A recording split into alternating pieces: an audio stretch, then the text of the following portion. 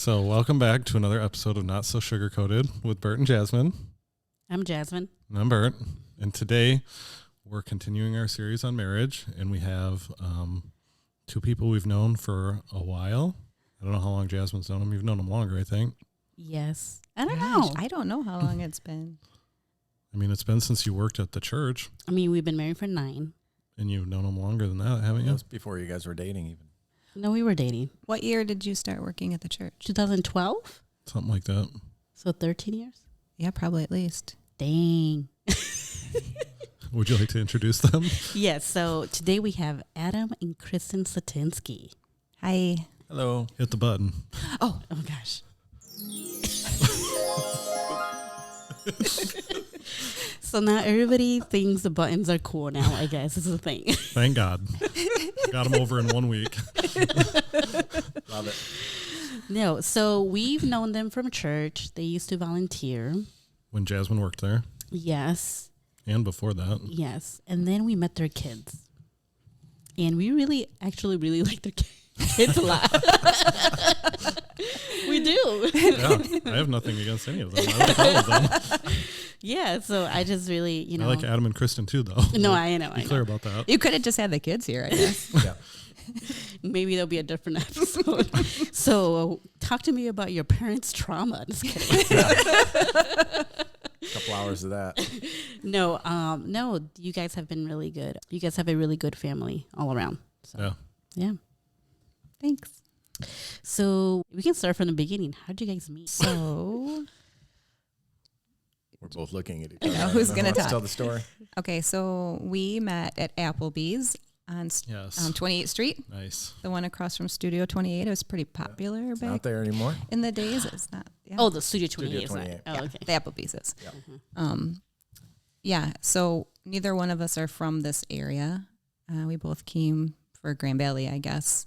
And I was working at Applebee's and then for like a year. And then Adam came and we met there. Wait, Yeah. Adam, were you working there too? I was. Yep. Oh, okay. I didn't know. Wait, where are you guys from then? I'm from Jackson. Oh, okay. I'm from Fowlerville.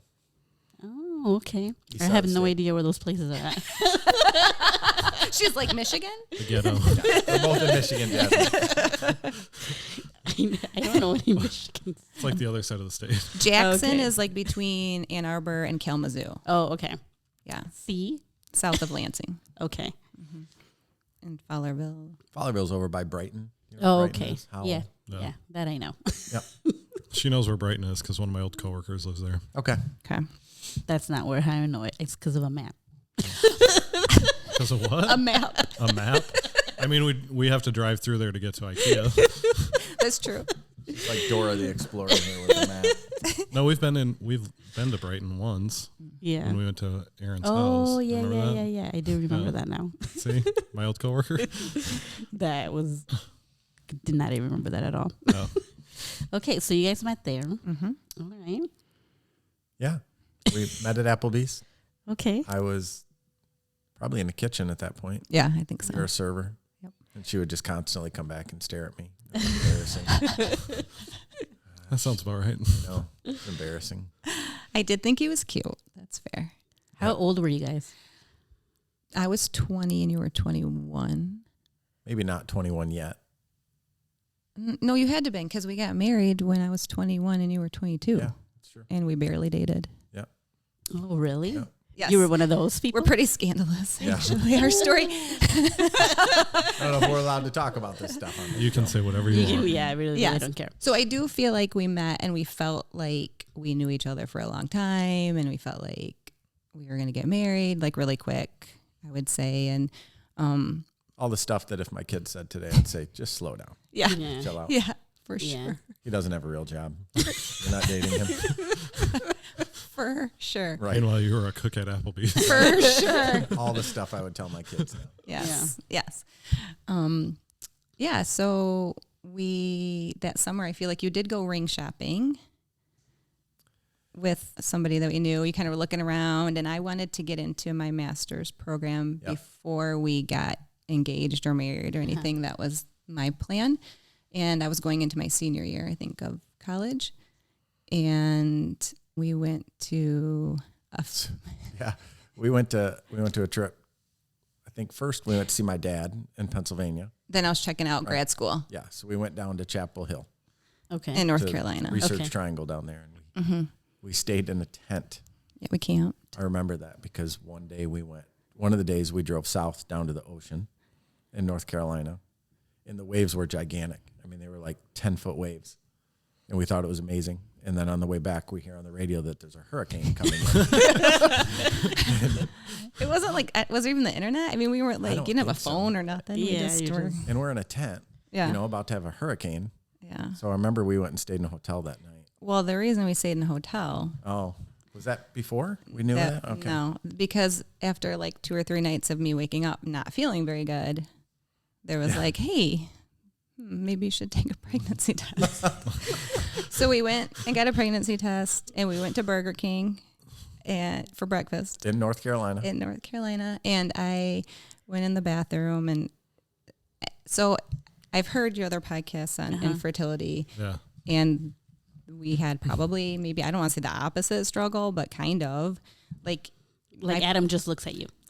real, She was pregnant. Yeah. actually. So like we, my pants So you weren't guys even pulled didn't do up. anything. You just looked at Yeah, it. it was like, I don't know. Literally. We held hands. I don't know how else it happened.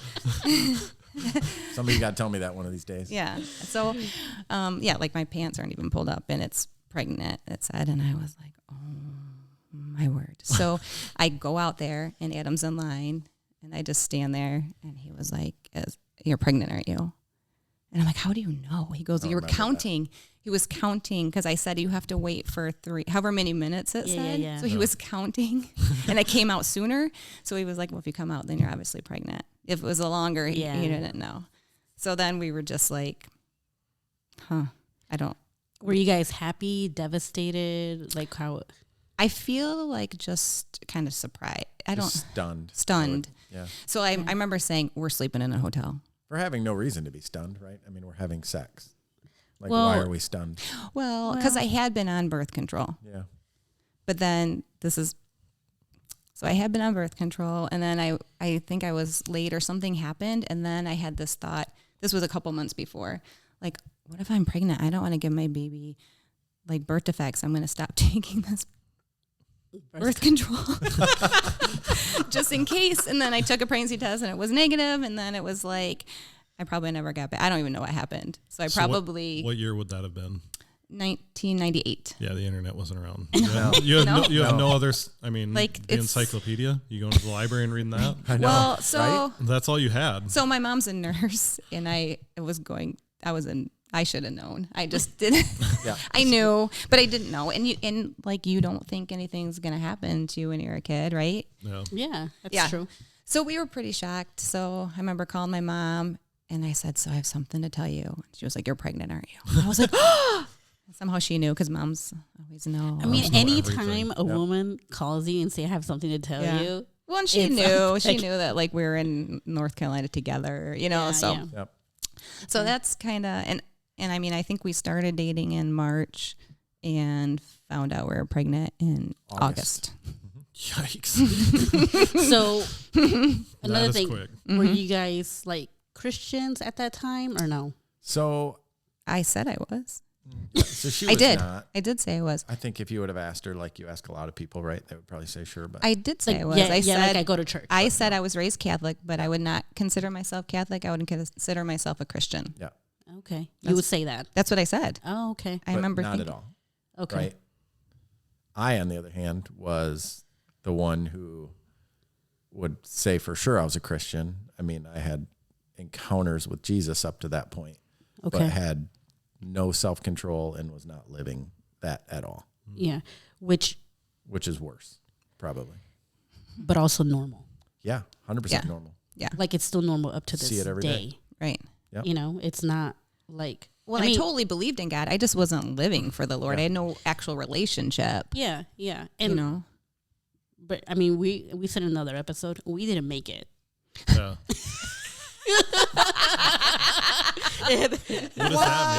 What does that mean? We didn't make it. No, we didn't. Right. Right. You know, and Yeah. I also remember one time adult young pastor. I won't say which pastor because I don't want people who are like, no, oh, that was that person. No, he said he had married 10 couples in the year that he was an like a young adult pastor, and out of those 10 couples, only one had made it. Wow. And we all knew who those couples were. Right. And it's like, oh, I wonder who's the one that made it. Like, We knew who made it. you know, we did. But like, that's to show you like the statistics of it and how, I guess, normal that is. Yeah. So, yeah, I'm not trying to like be negative like Nancy about it. Yeah. It's just more like, I think we need to teach people not normalize it in the church. Normalize that self-control is important, not have sex is more important. Yep. I think self-control is more important than saying don't have sex. So I grew up, like my parents waited, and that was a huge deal. And I was definitely educated. I was definitely taught all the right things. Except with our birth control kid defects. I was actually taught the right thing with birth control. I just kind of was like, probably shouldn't do it. But I think that for me, it was more like you just shouldn't do it, not because you have this intimate relationship with the Lord and he's talking to you and there's better things. You know what I mean? Like that was not even a thought process for me. Just you shouldn't. More of a rule, right? Like that's how a lot of people think of it. It's just a rule. Mm-hmm. Yeah. Yeah. Not a rule, not a conviction. Opposite. I wasn't taught anything. Yeah. So I mean, you knew we weren't supposed to be. For sure. It's not like, and plus, it was me. You know. She seduced me. Yeah. I know. Yeah. So, okay. So how did your mom take it when you told her? So I would say my parents were actually really good about it. That's good. They were obviously not happy, but here it is. What are you going to do? Right. They very much embraced. I feel like both my parents really embraced Adam. My dad did a really good job of sitting us down and saying, these are some things that I've learned. My parents got divorced when I was 18. Okay. So I grew up with my parents being married. It was the opposite of Adam's situation. And they got divorced when I was older. So that was it was hard, very, very hard for me, but also weird. But so my dad sat us down and really kind of gave us, these are some things that I did wrong. And these are some things I've learned and some things that will help you. And so he's been good. Yeah. In that way. And my mom just really embraced, I would say Adam kind of like a son too. For sure. Mm-hmm. So they weren't happy about it, but we felt very much loved. Like my extended family had showered, like they loved us. Yeah. So that was good. Okay. And I mean, we were not married and we were young, but we weren't like 14. Like they were like, you're in college. And so I think they thought we were trying to be adults, I would say. Okay. So then you guys got married. 25 years next month. Wow. Yeah. Cool. November 14. Mm-hmm. Yep. So we kind of had a conversation of, so we're either going to get married and have our kid in the wedding, which we know people that have done that, or we're just going to get married. Mm-hmm. And we were like, let's just do it. Like, we're going to do it anyway. I'd rather just be done. So this is a weird question. Did you guys marry because you were pregnant, or did you guys marry were like, okay, like this is like gonna last? Like, I don't know. I think for me, we got married when we did because I was pregnant. Yeah. But we had already had conversations of like, we want to get married. We feel like this is right. But I did not, I had plans. I was going to get my master's degree. I always knew I wanted to get married and have kids, but that was not something I was like, I know people that are like, I just want to be a mom. And that was not what I was like. I wanted to work and have a career, and I really like to think and do things. And so that was kind of, timing was very difficult for me, for sure. I could see that because you're working towards something and then you kind of, you have to She stop. finished her senior year, graduated with a baby, took him to class a couple of times. Yeah. So I was at Grand Valley, and so I think I was due beginning of April or whatever. And so I couldn't do that last semester because your finals are like the end of April. So I had to take that semester off. So I took that semester off, and then the summer after I had Noah, I took a couple classes, and then that fall I finished up. So I still graduated in 1999, but it was December instead of April. Okay. But my capstone class, we had to do a presentation, and my professor, it was at a different time than class normally was, and I said, I'm going to have to see if I can get a babysitter. I don't know. My professor was like, I love babies. You've got to bring him. I'll hold him. And I was like, I I mean, I don't want to bring my baby. That's awkward. It was like, I don't bring my baby to class. And she was like, no, bring him. So I was like, you better give me an A. So she was happy. It's she a lot of held pressure. Yeah. So yeah, he came to Grand Valley with me. That's cute. I'm not gonna lie. Yeah. And then Adam, were you able to finish? Nope, I never finished Grand Valley. Okay. Did you not finish because like the pressure of supporting a family? No, or I didn't finish because I like to party too much. Pretty much. He wasn't in Reason, school yeah. when we met. No. I had Okay. already left Grand Valley. So then after we got married, it was after we got married. Mm-hmm. Yep. I ended up going to a computer and tech program, Okay. one of those 1-year programs, Okay. because computers were starting to really take off, right? And tech. Computers Late- are still late a 90s. thing. Computers are still a thing. Listen to him, D. So I did that for a year, graduated from that, and then said, there's no chance I'm ever sitting in front of a computer for the rest of my life. I just not my personality. It's not what I can do. So Yeah. I ended up not doing that. Okay. All right. So, how was your first year of marriage? It's like I had to think about it. Yeah, I know. It's weird thinking about it, right? Or the first few years of your marriage, I guess you can say. I was going to say I couldn't remember anything from our first few years. Yeah, I don't know. The timeline is probably messy. not good. I mean, I remember I feel the like apartment we were in. We had a really good friends that lived in the same apartment complex as us, I mean, I feel like it was okay. My hard part was the first 2 years of Noah's life. I was trying to decide what to do. Like I really thought I was going to be. My goal was to be a physical therapist. So at that point, it was a master's program, but now it's a DNP. But so I kind of was like always researching because we did have a computer. Because I remember trying to figure out I just remember trying to figure out, should I go get my master's in social work? Should I do this? Like trying to figure out what to do. Yeah. And then finally, we started going to Res when Noah was like maybe 3-4 months old. Yep. It was that September-ish, and we had him in April. Old sanctuary back in the back of the building.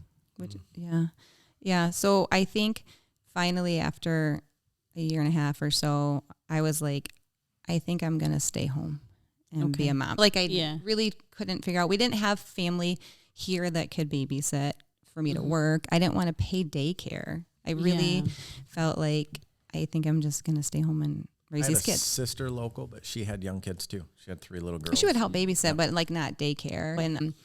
And I didn't know what job I could do where I'd make enough to pay for daycare too. Like my degree was a degree. It's like biomedical science. It's a degree you get to get another degree. Yeah, you can't do anything with biomedical. You really can't. Specialty, Health sciences degree. So, so I think finally it was like, okay, this is what we're doing. And I got real involved. I'd go to the women's ministry at Res and to the homeschool, like that stuff, and Wednesday nights and everything. Then we just started having kids. So how did you guys started going to like church again? I guess were you guys going to church before you were married, or like were you guys already? Okay, I was. Even at Grand Valley when I was over there, I'd go party all Saturday night, be drunk or whatever, and then get up and go to church the next morning. That was just normal, right? Yeah. Okay. So the church Adam's family was going to was actually at Triunity. Yeah. Okay. That building. Maranatha. Yep. Yeah, and then It wasn't Christian. Maranatha then, but It was a different church after Christian that. Life Center or something like that. Yeah. So there was a split there on one. I was pregnant, I believe, with Noah, and the split occurred when we were there. In service. In service. Yelling started erupting. It was What? It was People were screaming at each other, and we're like, it was interesting. So we were just like, Jerry.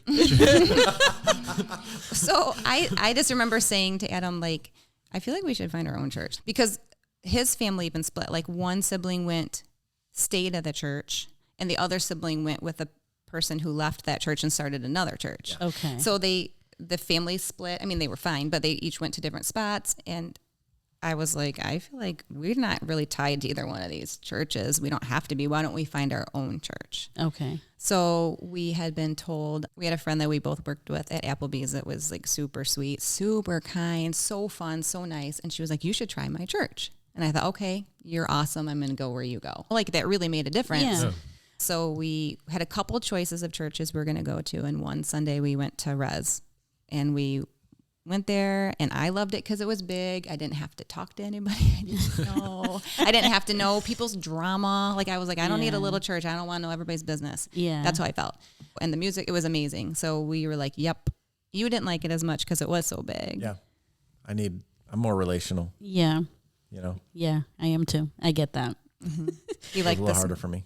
You like Yeah. the smaller feel of knowing everybody, and but we felt like this is where we're supposed to go, and we literally didn't leave for 21 years. Yeah. Like there we were. So when you got married, did that like mature you enough to stop drinking and partying? Or? I think I He was already stopped. already. Okay. It was really just at Grand Valley, I guess, and a little bit after that maybe. But I didn't know if like having a kid was like, I no. gotta straighten up or something. I mean, having a kid matures you in a lot of other ways. Well, yeah. You know, but You wanted to have kids. I did. though. Yeah, I wanted. He wanted to be married and have kids but I right was then. so immature. I didn't have a pot to piss in, man. It was, I'm sorry. I don't know, say That's that, a but I mean, you've heard what she said. So. yeah, clitoris. Heard that. Yeah, episode 1. Anyways. I don't know. I look back and like you ask how the first few years of marriage were. I don't know that. Maybe Bert can help me out here. I don't know that guys can even remember that. Like we are so. I mean, I wasn't good at really any aspect of being a husband at that point. I mean, I'm sure I was nice, but that was. I mean, I don't know.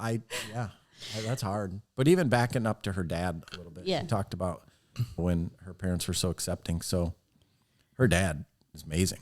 And I'll tell this to anybody who asks me. I'm not ashamed to or afraid to even tell people how awesome he is.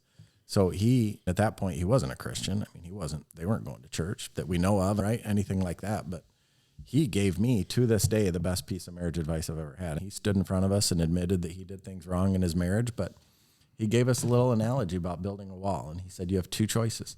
Every day, you guys are going to have the option to build a wall between the 2 of you. There's going to be things that come up, and there's going to be things that are said between the 2 of you. He said, it's up to you guys every day to knock that wall back down and start over the next day. Single best piece of advice I've ever heard. Mm-hmm. So, yeah. That's what we're here for right there. Her dad's awesome. Yeah. Good night, everybody. Yep. Yeah. Kristen, did you think you had marriage problems at the beginning, or were you just more like into like I need to figure out like my career and staying home and all that? I don't know that I really. I'm trying to remember what I felt like at that age. It's so interesting. I was 21 when we got married. I think I turned 22 like a month after Noah's, but that's really pretty young. Yeah, it is. You know, it is like, young. But you felt, I felt a lot of shame for several years in our marriage because we were so young and because we had obviously had sex before we got married. Mm-hmm. And like, I felt a lot of shame about that. And at church and stuff too, just because it wasn't until we had been married for several years did I feel like we were allowed to be, I don't know, married. I don't know. Like it just felt weird the whole time a little bit to me. And we're popping kids out every 2 years. Well, that was, yeah. I mean, I'm not popping them out. Yeah. I had something to do with it. But Yeah. every 2 years, we had another kid coming. Yeah. And it was...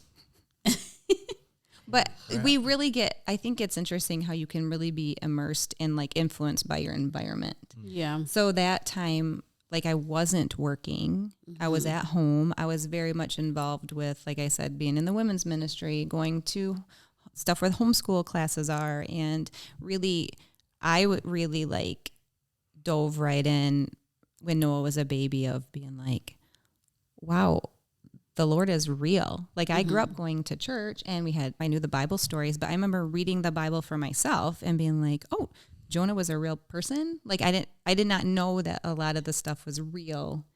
It was just very interesting and to learn about the Lord. So I think a lot of my time was spent healing and learning and growing and maturing.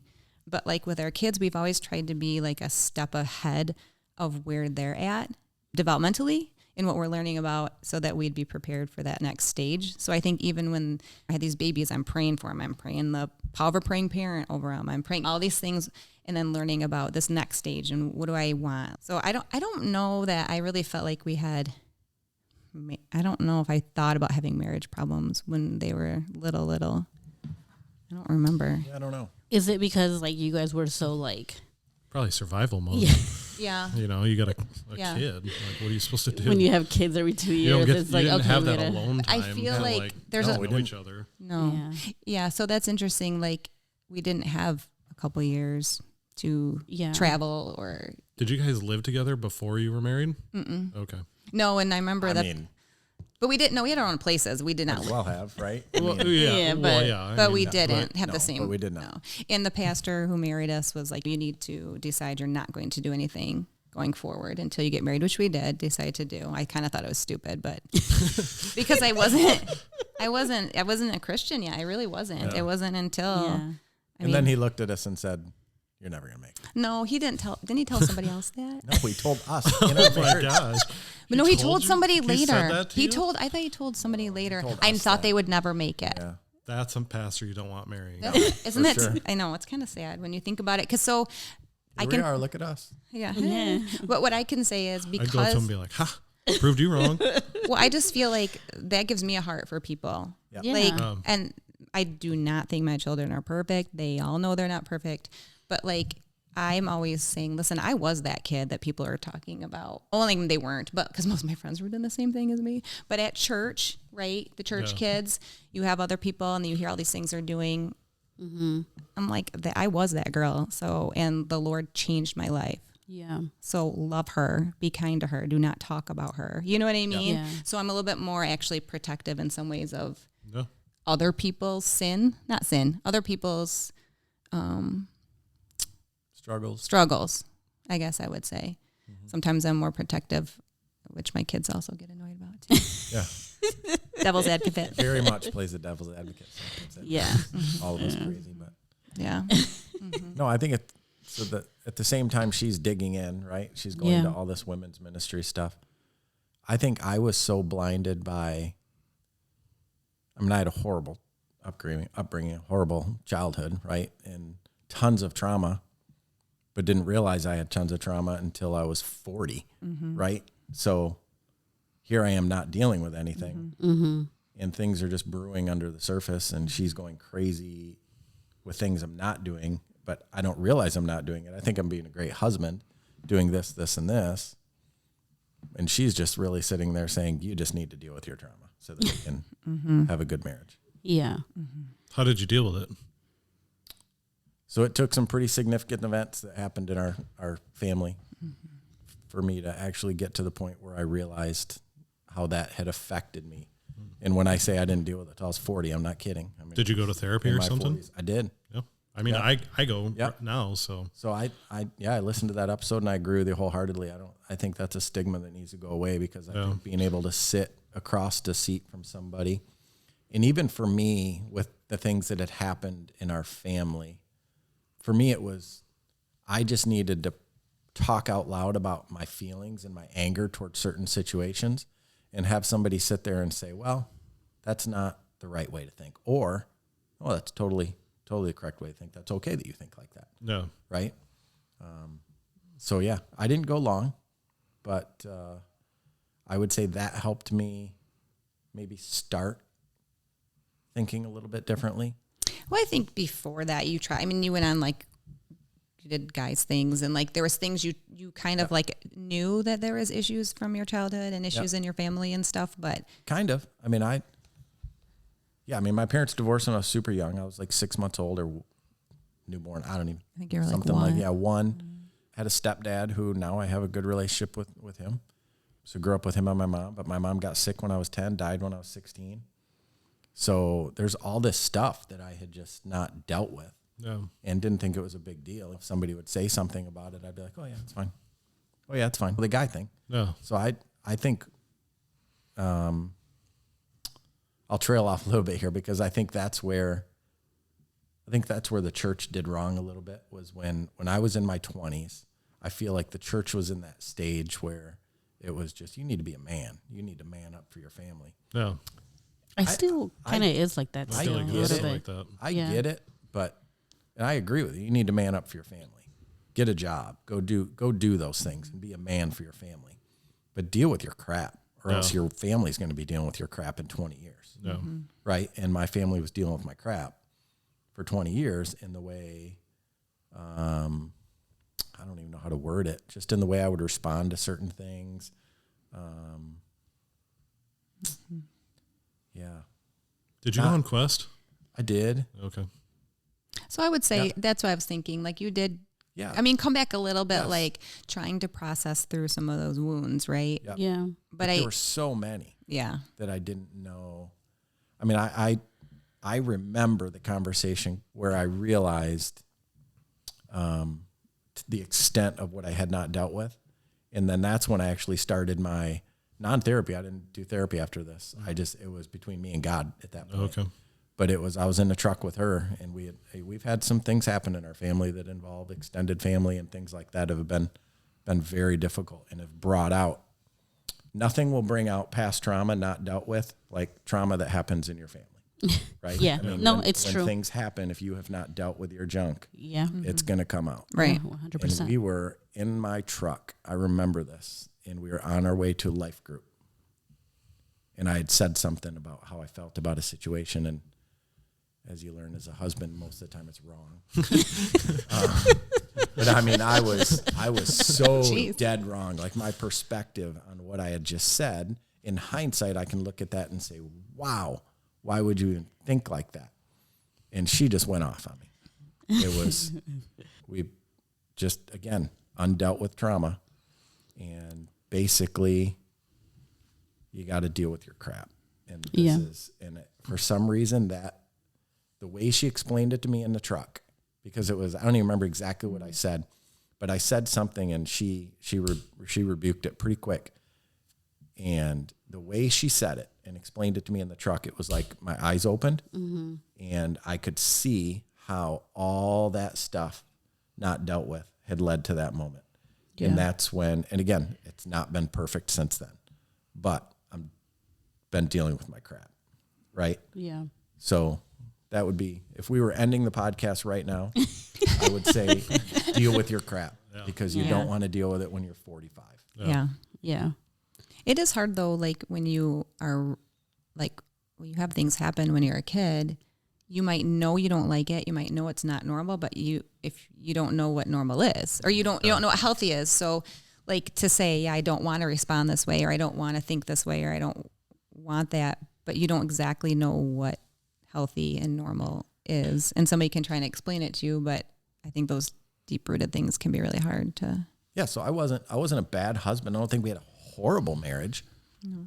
I was a great husband in a lot of ways, but none of the ways she needed. Yeah. If that makes sense. Well, not none. I mean, No, that's not fair. some First of all, I never would have had 4 kids if Yes. he is not the type of person he Yeah. is, because there's no way. Yeah. But it was definitely, there were some things that were definite shortcomings in our marriage that were because of trauma I had not dealt with. Mm-hmm. And she dealt with hers all right away. She was going to all those Tuesday mornings at church and all the women's ministry stuff, and she just dug in. She was a stay-at-home mom with the kids, and I didn't even know I needed to do that. Yeah. Yeah, it's interesting. I did work through, so I'm a nurse at Pine Rest. Yeah. I don't go to therapy, and I haven't gone to therapy, and I totally would. I think therapy is amazing, but I really am the type of person that I just dig in with God, and I'm not going to let go until we've worked through what I need to work through. So I don't know if that's, I think just like people go, everybody needs to go on Quest, or everybody, I don't think that's true. I think if God tells you to do it, do it. Yeah. Therapy, if God tells you to go and you find the right therapist, do it. But I don't necessarily know that everybody has to have the same path and how they have healing and they work through things. And I can tell you, if you have some major trauma, you need somebody who's trained. Yeah. Don't just go to a pastor or somebody at church. You actually need somebody who's trained. I believe that personally, but yeah, I feel like I worked through a lot of stuff with the Lord. So that I would get frustrated with Adam, like, work through your crap. Yeah. You just work. I mean, like, you need freedom. We all need freedom. You're going to feel so much better. But I think you didn't know what that could look like if it just doesn't make sense. Yeah, I remember specifically too, like that truck ride. It was a truck ride home, not on the way to. I said something on the way to Life Group, and she rebutted it on the way home. And at Life Group that night, and we'll get into Life Groups. I mean, they're life changing. But one of the friends at that Life Group asked me. We were talking about something, and he said something like, he asked me about my mom and how that affected me and how I felt about it. And my answer was, I'm fine. I don't think about it. And on the way home, that's when she was like, you just got to deal with your crap. Yeah, what the heck's wrong with you? Like, you're not okay. Yeah, I mean, I can relate to that because I didn't have like the perfect childhood, and so I don't even dive into it as much. Like even when people ask, I'm just like, oh, I mean, it wasn't great, but it is what it is, and that's it. And then when I go to therapy, he's like, so bad, but he's like, so what about your mom? What about my mom? Like, get it off. You're talking about my mama? You know? What about your mom? And then at the end of the session, I'm all like bawling my eyes out. I'm like, dang, I didn't know like that was like traumatic, but it was. Right. But because you train your mind to just. You're protecting yourself. yourself. You're protecting. You train your mind to just be like, you know, Your this mind and is this and this. programmed to avoid pain Yeah. and Right. go towards pleasure. Yes. Yeah. So Not I'm just just. sex, but Yeah. pleasure. Even though you're Yeah. causing Yeah. more pain by not dealing Right. with your pain. Right. Yeah. And so Yeah. that Now I you're relate to. causing more pain for Yeah. everybody else around you, Yeah. right? Well, I do think eventually Hurt you can people talk hurt about people. things. There you Oh, go. yeah. Eventually you can be like, this is what happened. And if you process through it, you will be able to talk about it and not be a mess or not be weirdly stoic or, you know what I mean? You can eventually, but. How, because, you know, I know you guys keep mentioning how you kind of you dealt with your crap like earlier in life and then Adam later in life. Like, how was, like for you, how was it really frustrating for you, or was it something that you just ignored throughout your marriage? Or So I don't ignore anything. I don't think anybody would label me as like a sweet and gentle spirit or Hey, just what did Adam quietly do? submissive. Let's say 15 years ago today. I'm not actually don't remember things that well, but I would remember the feeling. I wouldn't be able to be specific. yeah. Very frustrated a lot of the times because I like to be very real and transparent, and I am the same here as I am at home, as I am at work, as I'm at church. Like you pretty much know who I am wherever. I don't like when people are like, oh, you wouldn't even recognize me at church or at work because I'm so different. I think that's weird. Why? Yeah. Why are you different? Like that seems weird. So I feel like don't say you're going to do something or be something and then not do it. Yeah. I'd rather you not even tell me you're going to, or tell people you're going to be this type of person. Just deal with it. Listen, I forgot the garbage one time. One time. Okay, well. Was that 15 years ago? Yeah, if you want to bring that up. Right. Yeah.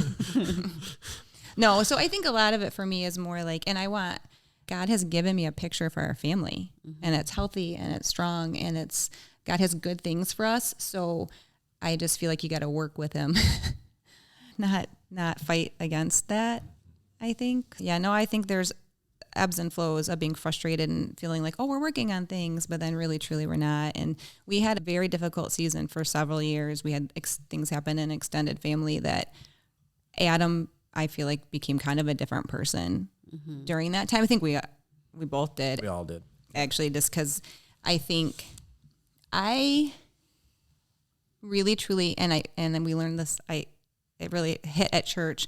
Pastor Sam had said, people think like, why can something bad happen? I am going to church. I am serving. I am tithing. I am not doing things I shouldn't be. Like, I really felt not like Pharisee. I didn't feel like a Pharisee, but I felt, Lord, I'm really trying to do what you're calling me to do as a mom, as a wife, as a Christian. I'm doing all these things. And then when things happen in your family that's out of your control, I didn't do those things.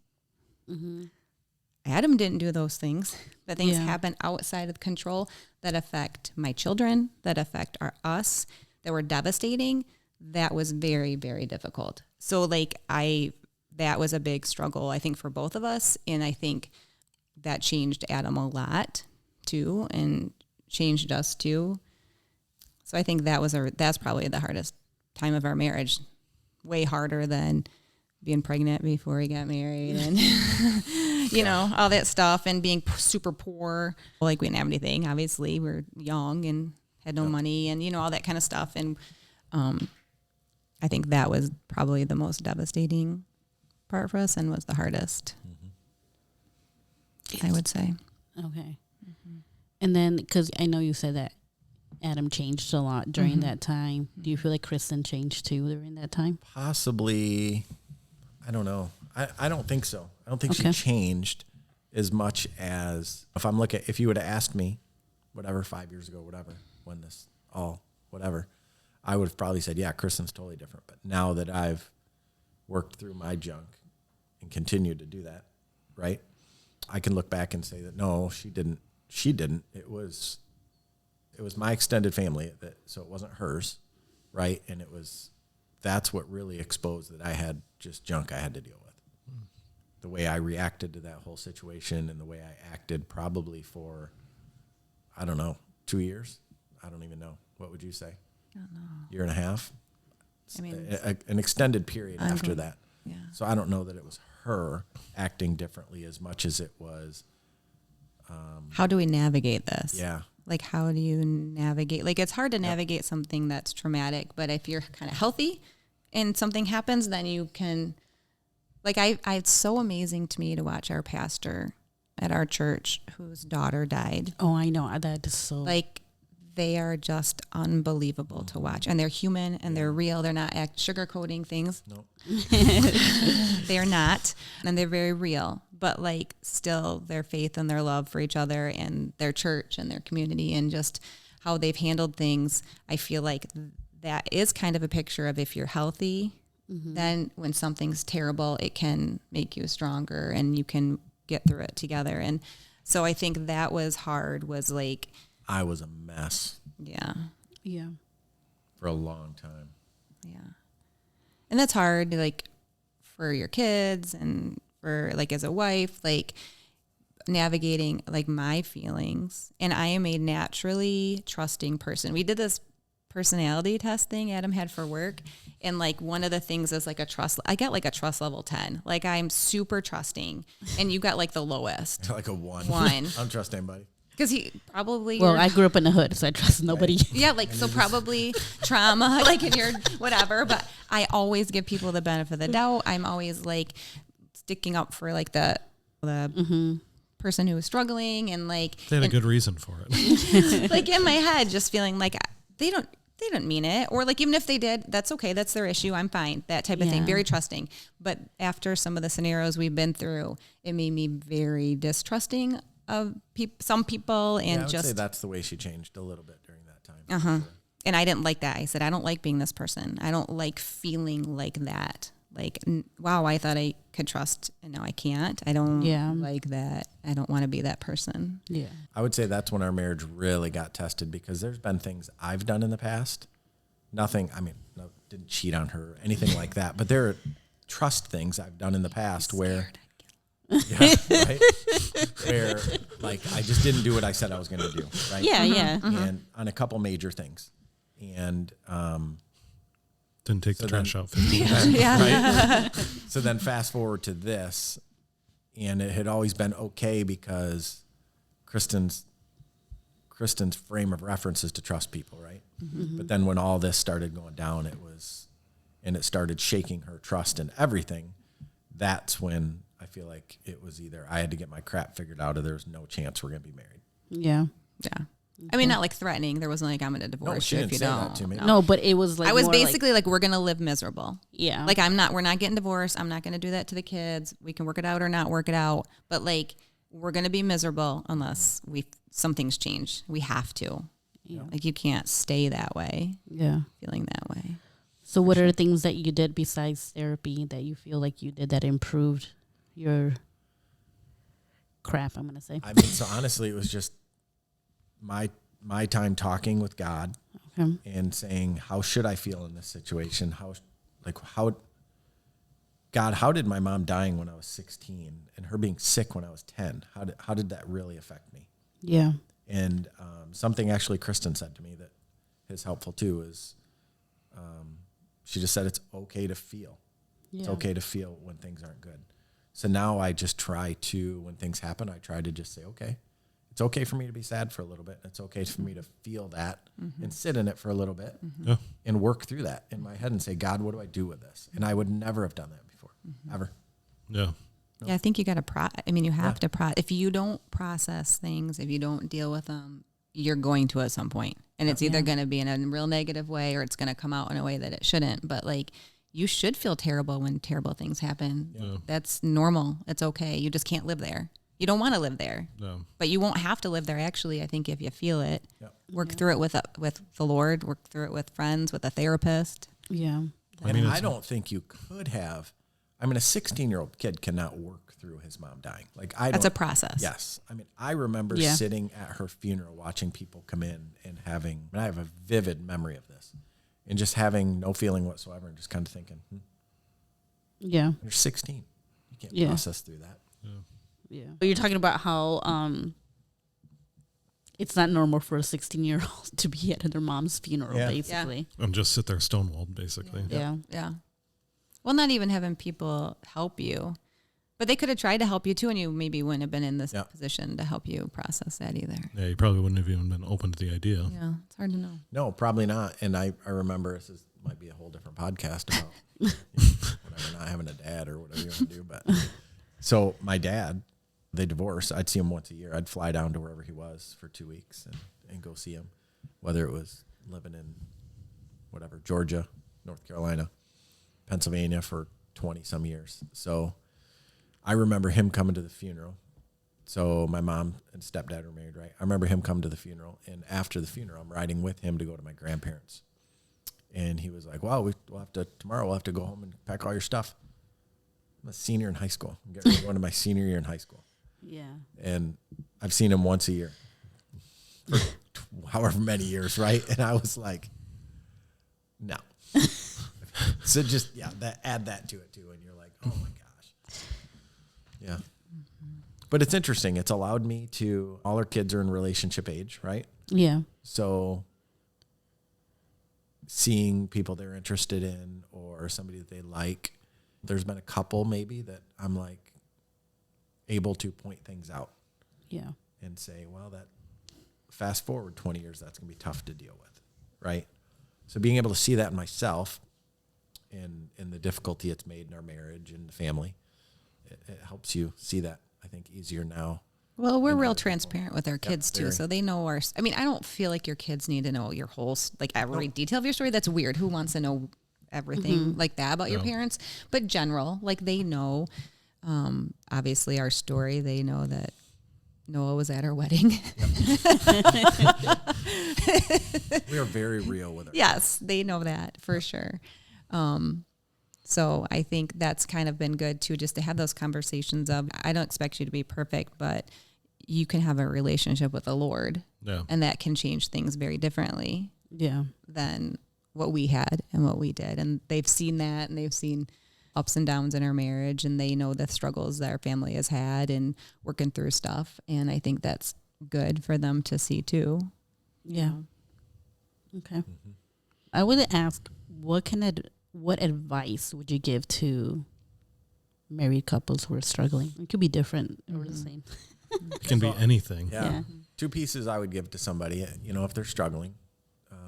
One is to deal with your crap. I mean, I just can't stress that. And you should probably name this podcast, Deal with Your Crap. That's what's going to happen. Right? That's probably the name. We always try and find something. Like a phrase in there. That somebody said. So not Kristen. I think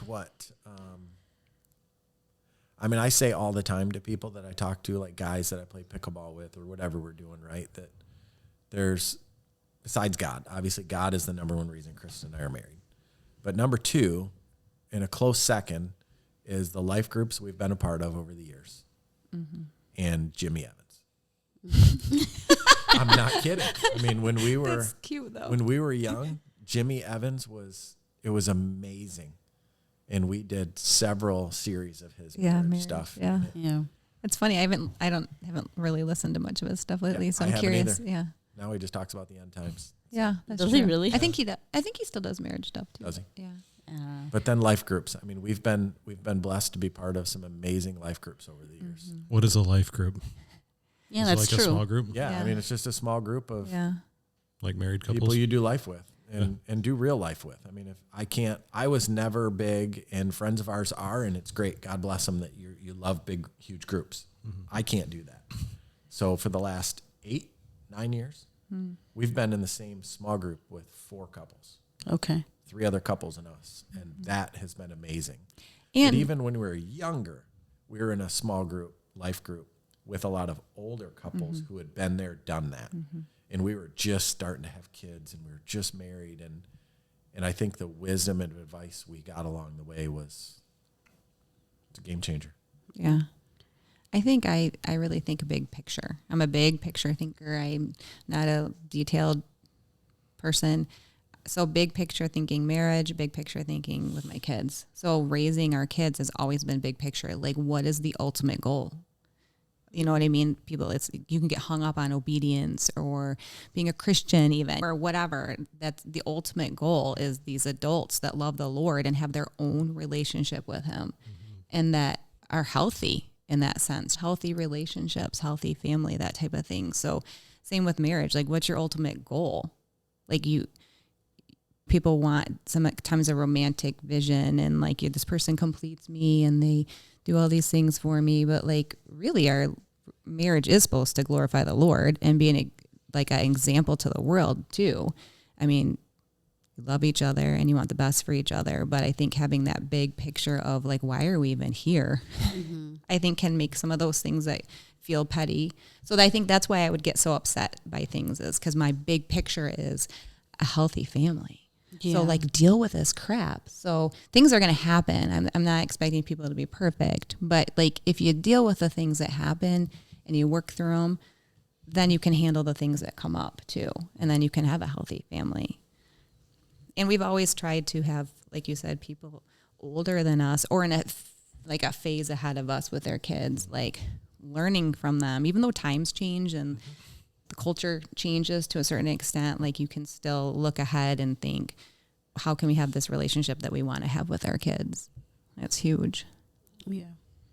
I would say like for us, like we struggle finding like community. Mm-hmm. It's huge, like, isn't it? We struggle with that Yeah. because like it's weird. It's like we're in the weird times now where like you're on social media and you comment on something. Okay, I did my community part, Right. but it's not. No. It really isn't. No. It's not the same as sitting down like in a couch and just Hanging out. hanging out. Yeah. You know? I think we did a lot of that when our kids were little. Yeah. We tried to really have lots of couples and friends. And so it also us being involved at church, that was to be involved in our kids' lives too. Yeah. Not just like whatever. It was being part of that community was huge. Yeah. And knowing the people that are teaching your kids is huge. Knowing what's going on in that environment is huge. Knowing the kids around them. Like we want people to feel comfortable coming to our house. Like hosting people and the kids' friends and for them to feel comfortable and have that community because that is such a huge, I think COVID was really hard for a lot of people because of that lack of community, and it made it real easy to get disconnected, and then it's harder for people to get reconnected. Yeah. But I think Definitely. that you just almost have to be uncomfortable and do it. Like that. That's actually pretty good advice. Be uncomfortable to just do it because Yeah. I even hesitate. I'm like, maybe we should. I'm like, nah. Yeah. Well, because you wanted to start like a small group with Yeah. some Yeah. people, and then, And then you're I like, just, I don't really Yeah. want to. It feels like work and like your expectations could it's not be even met. that. It's anxiety brings in because Yeah. of COVID. Like Yeah. that's something that I She was like afraid people wouldn't want to come. Yeah. Yeah. Like Yeah. rejection. fear of Yeah. rejection Yeah. and like anxiety is just, Yeah. I don't know. Yeah. It literally took a turn, not in a good way, Yeah. but I'm yeah. feeling like, and I had seen this teaching when I had to learn on this teaching on OCD at work for something. And there was this interesting thing I heard about kind of like distress tolerance, how like we have all these things where like you need to take these deep breaths and like we give people these calming techniques and this distraction techniques. But you know what? You actually have to be able to sit and be uncomfortable. Yeah. So like there is a time and place for that. But if you're in a meeting or you're meeting somebody, you can't be like, hold on, I have to do my calming breaths. That's not going to happen. Like, Yeah. So some of that is not realistic. Yeah. So I get that. And if you're having an anxiety attack, you need to have coping skills. We need to have Yeah. that. But we also have to get to the point where this is uncomfortable. I Yeah. don't like it. I feel uncomfortable in my body right now. I don't like how it feels, but I can do it. Yeah. Like I was telling my daughter the other day, you got to say, this is hard. Yeah. I don't like it, but I can do it. And then she didn't like the terminology. I said, okay, then say, this is hard. I don't like it, but I'm going to do it. Yeah. How about that? Not I can, I'm going to. Like, this is not uncomfortable. I don't like it. Yeah. And so I think we did kind of get to the spot where it's easy. Adam and I are homebodies. We love people and we love to be out, but you give us an option and we're sitting at home on Friday night. I'm exhausted because I worked. I'm And tired. the thing is, I would never see you guys as homebodies. No. But you know what? Part of it is we love our home. Like we've made our home very cozy to us. We really like our home.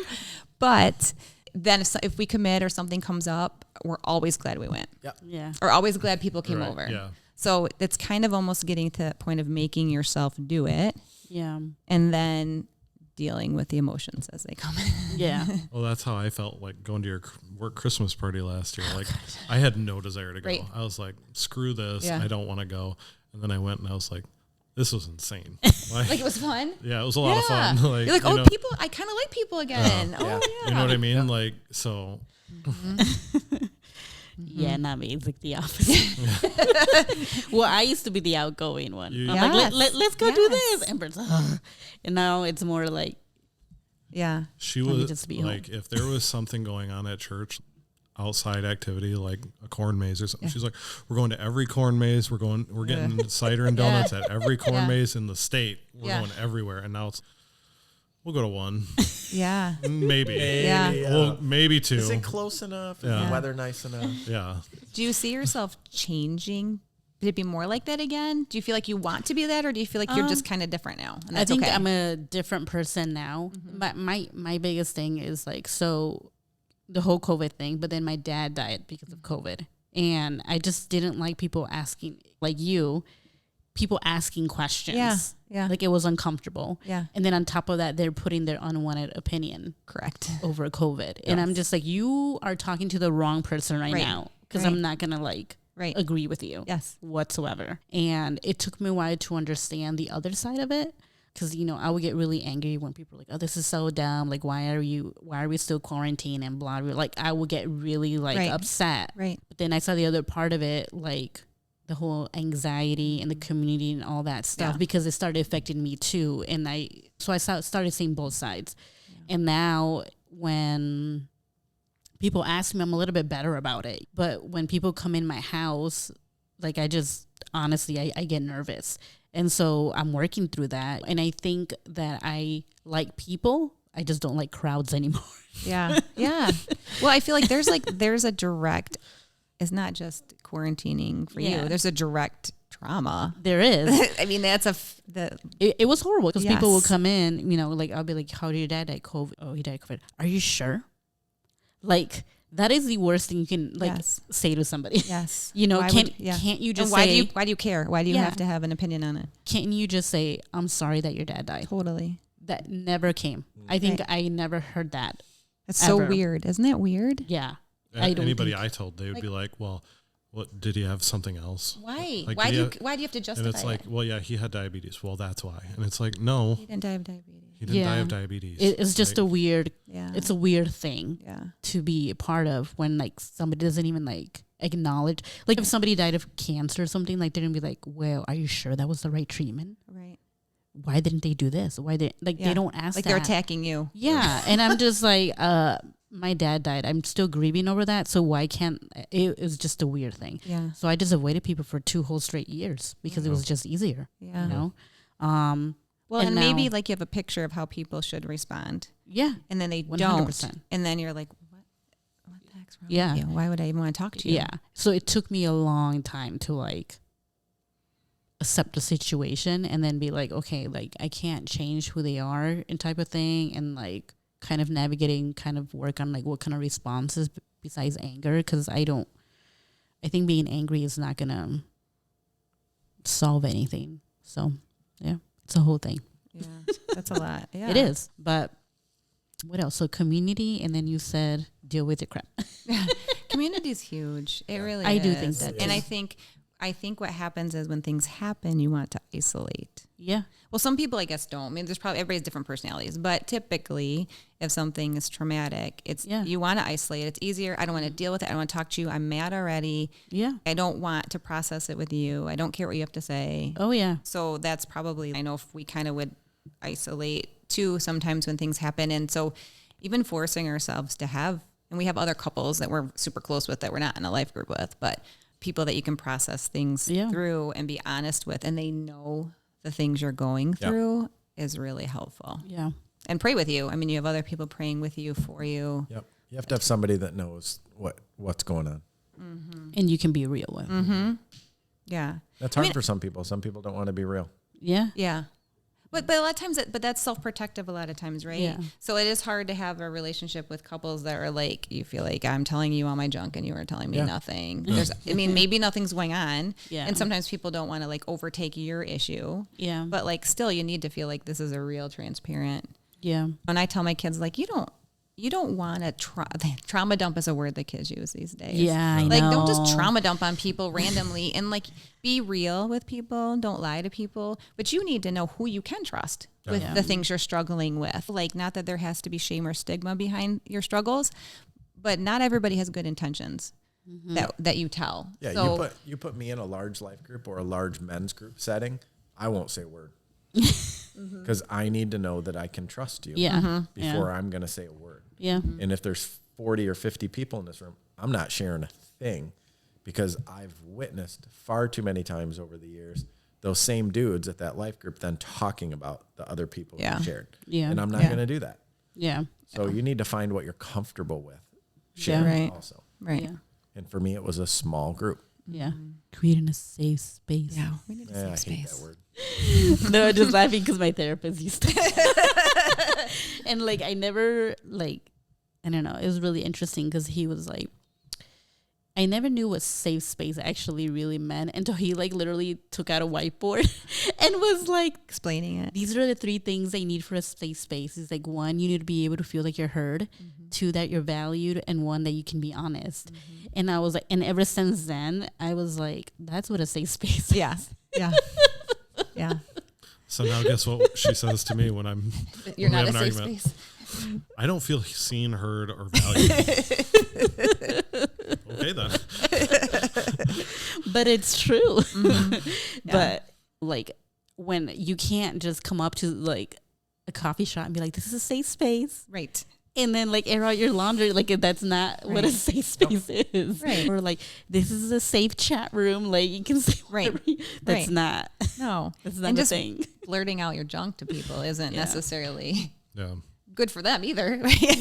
Make sure I they're saw a clip recently. It was Tom Hanks, and again, he's not a Christian. Probably quite the opposite. I don't know. But he was sitting around a table with a group of actors, and he said they were just talking about their lives. It was all these amazing older actors, right? And they asked him some question about some advice he would pass on, and he said,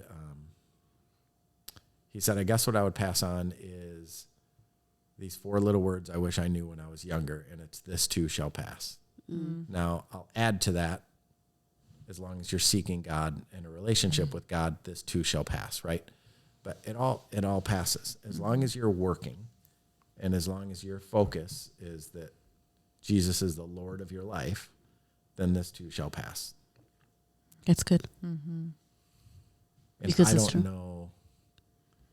You know, the other thing, I know we said this early on. I don't know if we've ever talked about this in the last 25 years, but I think we agreed early on that we would never, ever say we're getting a divorce, I hate that. right? I mean, we were like, we were never going to But say I also, that. at our vows, wouldn't say that I would obey him. Yeah, she would. She actually told the pastor to, and I think at There's- that point, I said that's where there's he no way said, I'm this gonna- isn't going to work. There's no way I'm going to say I'm going to obey him. What the heck? I may have pulled that out of my hat a few times over the years.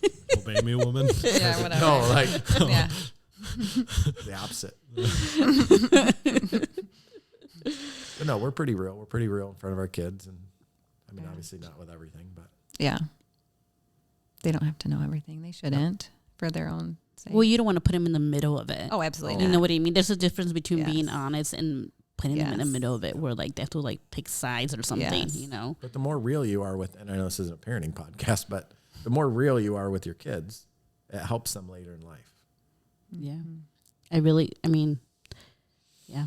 I would want to know more about parenting because we're like in the beginning stages of it. Like we're in the whole like she said no to me and that was it. Like it's not like She intense. told me I was a bad dad or told you were a bad mom. Yeah, So she I'm called me a gonna, bad mommy. I'm going to tell you then you really have to, and I've had to talk to Adam about this, like your self-worth, you better be confident in who you are because your kids can tear you down.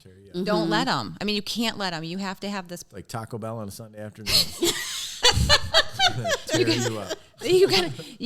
You have to be so grounded in who you are in the Lord. Yeah. That like they can say whatever they want and you need to know that's because they're 3, they're 5, they're 16, they're 17, they're dealing with their own issues. Yeah. They are not capable of being an adult right now. So Yeah. you have got to be an adult. Not that you can't ever show emotion, but you got to be an adult. So that's Yeah. where my trauma came out over 20 years of marriage and parenting. I would play the victim with that, and I would let what Like they never said and yelling do. or- I no. never yelled. In Shut my mind, I down. feel like in a lot of ways I was an amazing dad, right? But I would shut down. The kids would say that you're a great dad, Yep. but they would also say that, like maybe like more victim Yep. mentality Yep. or But that was all my undealt with trauma, all my undealt with crap that I didn't know how to process that. he'd say Yeah. weird things. Yeah. Like Yeah. how poor they were as Yeah. kids, and, Yeah. stuff. And the kids would be like, "Or I don't know, my mom's dead." He'd say something like that, and the kids would be like, and I would look at him, and I'm like, "What the heck? You can't Like, why would you say that? say Yeah, what are you saying?" And the kids are like, "What? That's so But weird." I think I'm saying it in jest, like, but it's not funny. But it's not funny because I haven't dealt with it. So And it's it wouldn't be coming funny out like, anyway. Yeah, well, like that's, do you know what I mean? Like we're Yeah. like, that's not. one man's humor. No, I can see what you're saying as like that trauma, not dealing with it, Yes. and then your kids hearing it, and then you're like not even noticing until later that Right. that was a big deal to them because like Bert always still says up to now he was like I remember when my parents used to fight like it those was shouting scary. match Yeah. and their parents I don't remember that Right? They're like, well, no, just it was a night. normal yeah. I remember being little and like praying like God, please don't let my parents get divorced. Interesting. Like I was like 4 or 5 thinking that, like I don't even think I knew what that word meant. Right. Yeah. But I knew You'd heard it enough. I had heard it before and I knew my parents were yelling and I knew yelling wasn't good. Right. And so I was like, just don't let them get divorced. Yeah. Right. You know what I mean? Yeah. And then like later on And then I like, say something to them about it and they're like, what? Yeah. Like they have no idea what I'm talking about. Our kids, they'll bring up stuff too sometimes, and we're like, Yeah. I don't even know, did that happen? I don't even remember that happening.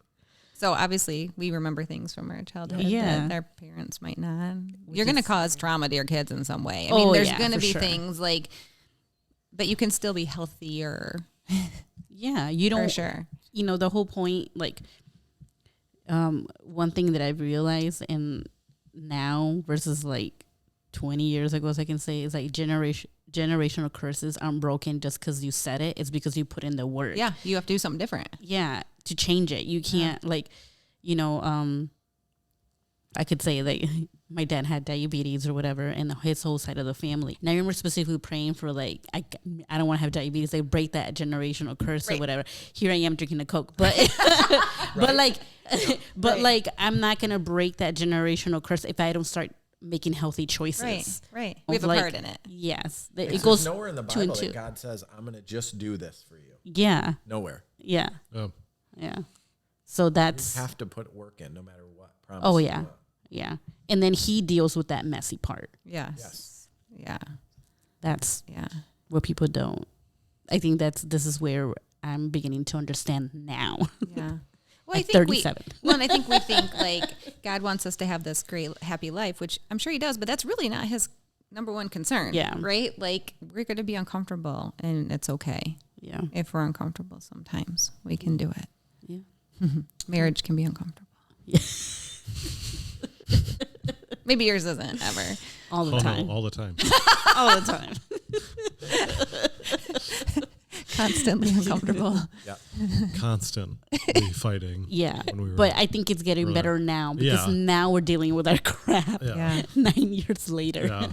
But even of fighting us. to a certain extent is better than not fighting. Yeah. Like Oh, yeah. having My a same. conversation about it, even if you're fighting and you're not seeing eye to eye, or at least discussing it. Yeah. Yeah. Yeah, I would walk away and shut down. And anytime she started to like raise her voice or get pissy or anything like that, and that's happened all the time. But yeah, I could. But yeah. my defense mechanism, because I hadn't dealt with anything, Yeah. was just to shut down. Yeah. Which And in my head, that made sense. I'll talk to that woman when she's a little more rational, instead of, oh crap, I probably should have had a conversation instead Yeah. of. well, in your head, it thought all that stuff went away because you did shut down. That was the Yeah. norm, and because I've shut down too. That was my to go. Are you a shutdowner or a talker? I'm a yeller. Are you a yeller? Oh yeah. Yeah. Oh yeah. And I shut down. Can we hear like an excerpt? An excerpt. I don't even know. I don't even know. But we're working on that. Yeah. Like we're not, I'm sure We're I not can yell perfect. for you if you want me to yell. but we're working on that because it's not easy. Right. But we're getting better at it at least. Yeah. Yeah, I would say that therapy has helped both of us deal with that, and like we went to couples therapy and we learned like Techniques. techniques, but like early in our marriage, it felt like Jasmine was like when we would argue, was arguing to win. It wasn't arguing to see the other person's side. Or come to an agreement. Yeah, there was never like an agreement, but I never won an argument ever. You might never win an argument. I was 0 and 1,000. Like literally, like we would have an argument. She'd walk away. 20 minutes later, I'd go up to her and I'd apologize, and we'd talk it out and figure it out. Maybe twice she came and apologized to me. Yeah. You know what I mean? Yeah. And before we went to couples therapy, in my head, I was like, that's impossible. It's statistically impossible to lose every argument. It's not possible. I know it's not possible. I can't be wrong every time. Because he's like a math person. Multiple choice, you got 25% Yeah, chance the to get numbers it don't right. add Like- up. Like, there's no way you can get 100 questions wrong on multiple choice. Right. Like, there's no way. Even 50-50, you can't be wrong. And, like, going to therapy, like couples therapy, he didn't side with me, but he sided with me on Right. one of the things. And I was like, see, I told you I wasn't wrong. And she was like, just shut up. And he was like, I'm not saying you're right or wrong. I'm not on either side. I'm on the marriage's side. Like, I want the marriage Right. to thrive and Yeah. work. Like, who cares who's right and who's wrong? And it took me going to solo therapy to figure out it's not about who's right and wrong. Like Right. dealing with other stuff too. I didn't just deal with Yeah. And the like funny you, but like my own stuff. You know. the funny thing about that is because we're going through like a communication devotional right now or something like that. And he Yeah. was like, and I told him, I was like, you know what the funny thing is? I never once felt like I won in every single one of those arguments. Really? Never. But you felt like she won every time. I never won. Never couldn't felt have like won. it. Maybe Isn't nobody that was winning. interesting? Yeah, nobody was winning. Never felt like it wasn't for me for win. It was me for like, felt like he understood what I was trying to say. Yeah. And I never felt like he did. Yeah. And so, and it will be a vicious cycle, a very horrible, toxic. The same arguments. It will be like, because I would be like, because he would say, I'm sorry. And I would be like, I feel like you're just saying you're sorry just to say I'm sorry and get over it. He's like, no, I'm really am. No, you're not. And they go back to the same argument. And you're sitting there going, I am. It was really, really am. bad. I remember really bad. every argument she'd walk away, and for 20 minutes I'd just stew there and be like, she's wrong. She is wrong. She is wrong. And like 15 minutes in, I'd be like, okay, God, show her she's wrong. Show her she's wrong. You know what I mean? Open her eyes. Like, open her eyes, let her see. And it'd be like, nope, you're wrong. You know what I mean? Like, I would be able to find a reason why I was the problem. And I do still think there were times when you should have apologized. But 100%. Like, I'm not even disagreeing with you. But like I was always the initiator of the conversation, of the startup, of the Yeah. restart. yeah. And she would eventually like apologize after she felt like my apology was worthy. Yeah, literally. That is literally the feeling. Like, Right. if Like I felt humbled like you enough. were, Yeah. it's so bad. Yeah. And now it's better. Now like, it's a lot better. Well, maybe you have like a common that. goal now. Like your goal is to work through the issue, Yeah. not to be right. Yeah. And what's really helped me is like my prayer is not like change Bert or anything like that. It's more like, God, help me be a better wife. Help me be a better communicator. Right. Help me be like, I don't even try and concentrate, because I think one revelation that God told me, like, it's fearfully and wonderfully made. Why would you ever want to change something Yeah. that I made? And so that's where I was like, like knife in the heart. Yeah. So I was like, okay, you know what? You're right. Yeah. That is not my like goal here. Yeah. Like you were saying, it's not. Right. And so that's when I started changing the way I was thinking and the way God, I literally pray, God, help me see him the way you see him so that I won't. Yeah. So that was a big change. Well, maybe I don't know what your parents' marriages were like, but if you didn't see that as like we're working together as a team, then you could see it as trying to be right and get your own way or make whoever's going to be. That can be hard. I had a horrible Example. Yeah, So, example. like, Right. I did. I'm not even gonna I did. Yeah. I had a horrible one, That's hard. and I recognize that. Yeah. But How do I that make it doesn't healthy? mean I knew how to make it healthy. So yeah. Right. So I feel like I had a pretty good example. My parents Yeah. are still married. And I think the thing that like I was talking with my therapist about before was I had never seen my dad like doing devotions or like doing anything like that. Like he was like most guys in church, just standing there, not singing along or raising his hands. Not that you have to do any of that to have a relationship, but what you see is what, what you model. And then I went on Quest, and like he wrote me a letter and there was like Bible verses and like, I remember like sobbing in the middle of the woods. Like, I can't believe that like he thinks like this. Why didn't I have this? Why did I never see this? Did I just miss Yeah. this? And then we got back from Quest and like almost every time we went over to their house, I would see him doing like a devotion and reading his Bible. Interesting. And so I don't know if I just Right. missed it growing up or if like, and it was always changed. there, or if he changed, I don't really know. But like, as far as like their relationship, I feel like they have a good one. They've been married for 40 some years, almost 50. My mom got married when she's 18. Yeah, jeez. That's really young. My mom was really young. 18. My dad was 20. Wow. So, That was really young. Yeah. and yeah. So does that make you want to be more intentional as a dad with your girls? Like for them to see that example in you that you wish you would have seen in your dad? I think so. I think that. And I think like my parents were always involved in my life, but like they were hard on me. Mm-hmm. Like, because I was so smart in school, like they always were like, we know you can do better than that. You know what I mean? Expected a lot. Yeah. So like when I didn't measure up, it was harder. So like I want to push our kids in whatever they want to do, but I don't want to push them to the point where they hate it. You know what I mean? Yep. So like finding that balance of like Sophia likes kicking a ball around. So we want to put her in soccer, and then we put her in Soccer Buddies, and she had no interest in it. Like she couldn't like focus on it. I don't know. So like I want to push her if she wants to do it, but she doesn't. Same thing with Lena. Yeah. We don't know what she wants to do. She's crazy. Yeah. She is. So like I think just being more intentional in general, you know, Yeah. with them. I can say that I think moms are huge and we're kind of like a steady Eddie kind of for kids, but like dad's influence is so big. I remember specifically my dad telling me certain things as a kid, and like he wasn't constantly giving me advice or anything like that, but it was so impactful. Yeah.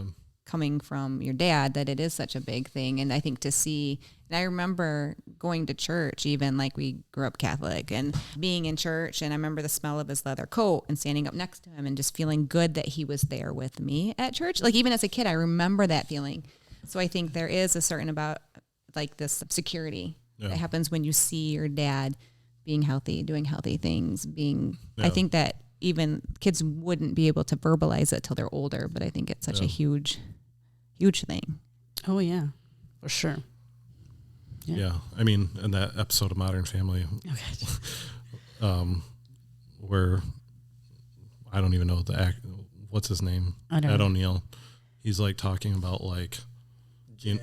Jay. That's his name. I couldn't think of his name in the show, but he's talking about like you go through life and your kids are constantly like growing up, and you're constantly just moving on to the next thing. You don't ever take time to realize that was the last time they did something. You know what I mean? Like that's the last time you picked them up, and you don't realize it. So, and I think that episode came out before we had kids. Yeah. And so like I was like, yeah, whatever. Who cares? You know what I mean? Like it had no effect on me. And then like I saw like it as like a thing on TikTok or YouTube or something. Like it was like a little short clip of that, and it was after we had Sophia, and like I pick her up all the time, and Jasmine's like, "You're doing this to yourself." I'm like, I tell you what, you're not going to regret it. I'm not going to regret it. I'll never regret it. And she won't regret it. I was like, I'm not going to not do it because I don't know when she's not going to want to do it. Totally. You know what I mean? So like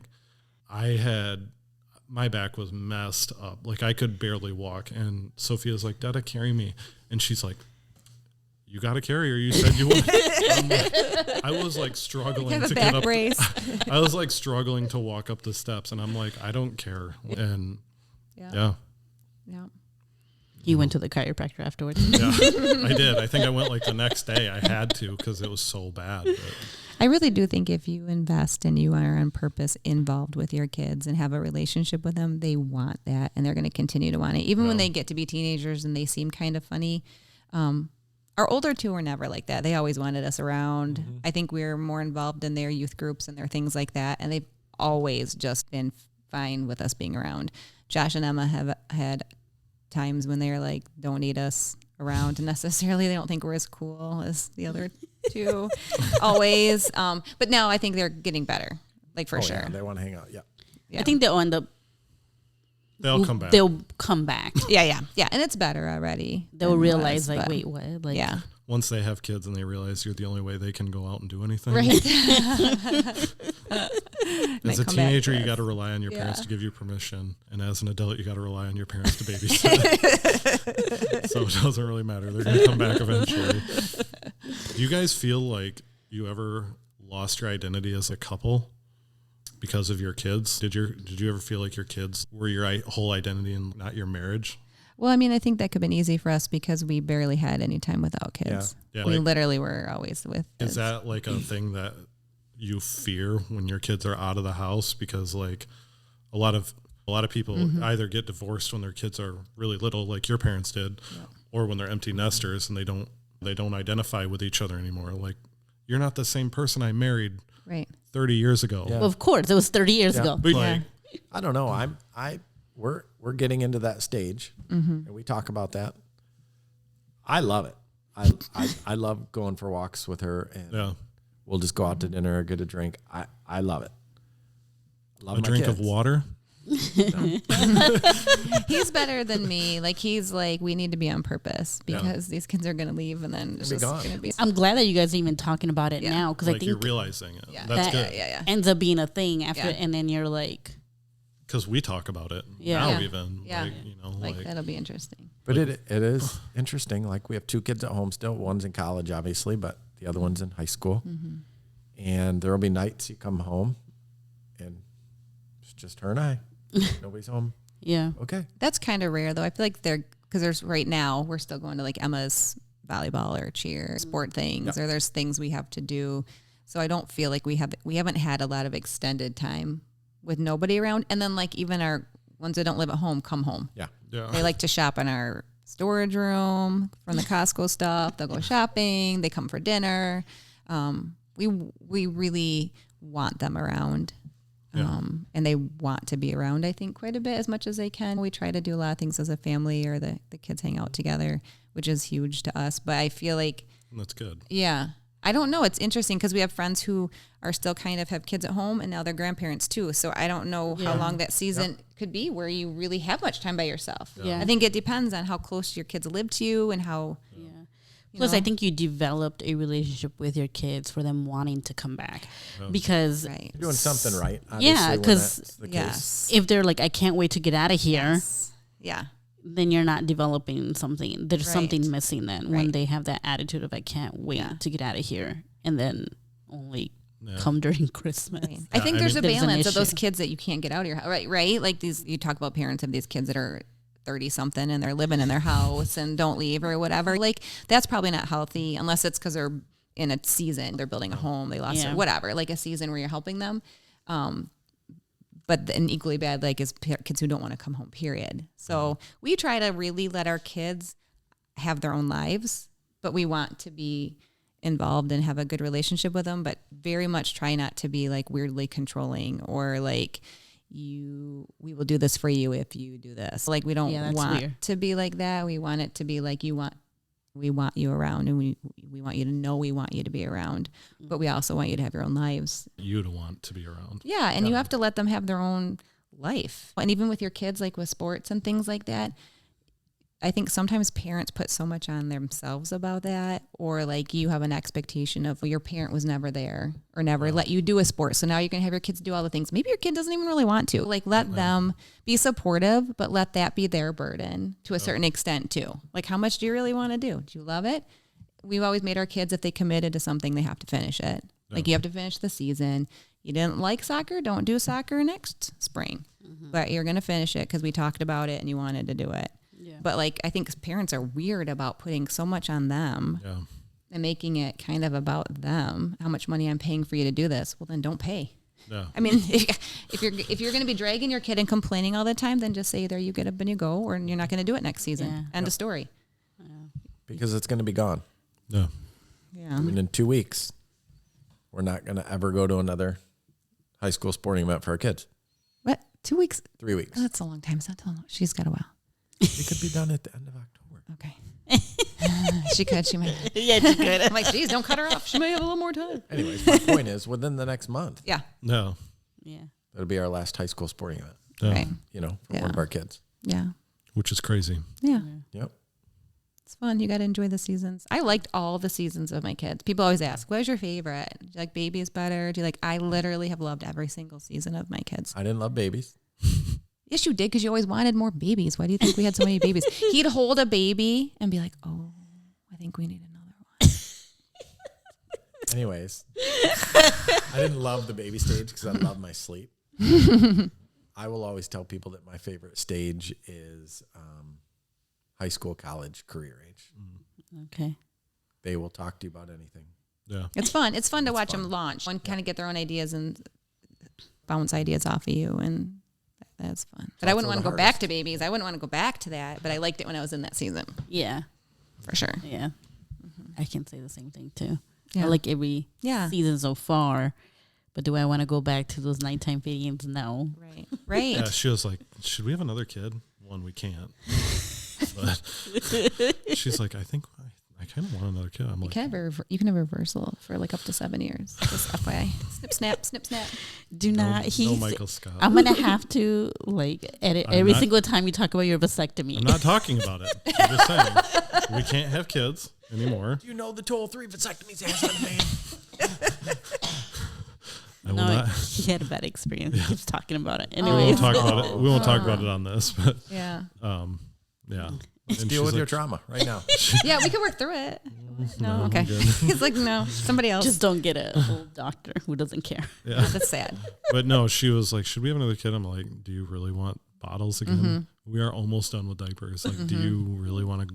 And she's like, no. Right. That's why we had him every couple of years. Because I knew people that did like 4, like on purpose. We're like, let's wait 4 years, or in preschool, then we have another one. And I was like, why would you do that to yourself? Just live in that chaos. Yeah.